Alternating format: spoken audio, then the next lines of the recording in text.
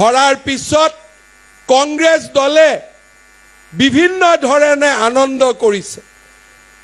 পৃথিৱীৰ Guinness world record এইটো record হ'ব হাৰা পাৰ্টিয়ে ফূৰ্তি কৰা আৰু হাৰা পাৰ্টিয়েও সম্বৰ্ধনা গ্ৰহণ কৰাৰ মই তাৰ বিষয়ে ক'বলৈ নাযাওঁ হাৰি সম্বৰ্ধনা ল'ম নে জিকি সম্বৰ্ধনা ল'ম সেয়া মোৰ ব্যক্তিগত পছন্দ কিন্তু আজি আমি সম্বৰ্ধনা জনাইছো বিজয়ী বীৰসকলক আমি বিজয়ী বীৰসকলক ইয়াত আমি সম্বৰ্ধনা জনাইছো শ্ৰদ্ধা ৰাইজ কংগ্ৰেছ দলে এই নিৰ্বাচনত 80 লাখ ভোট লাভ কৰিছে কংগ্ৰেছ দল বুলি কওঁতে আমি কাক বুজো জাতীয় পৰিষদ আৰু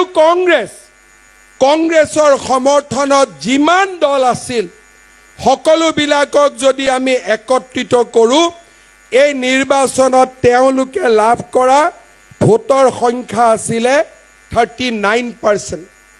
আমি 47% তেওঁলোক 39%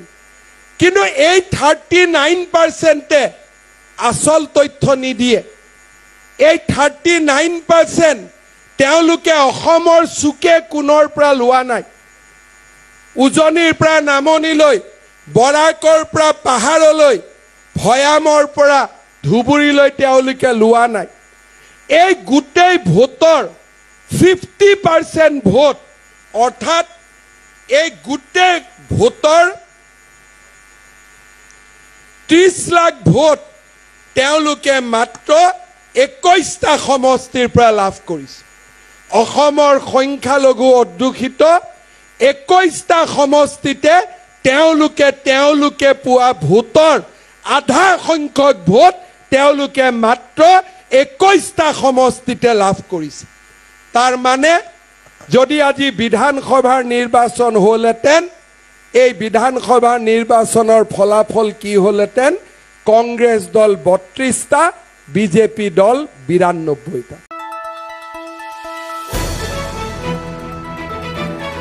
দ্য নিউজলেণ্ডছ অবিৰত তথ্যানুসন্ধান আপোনাৰ সেৱাত খবৰ সন্ধান দ্য নিউজলেণ্ড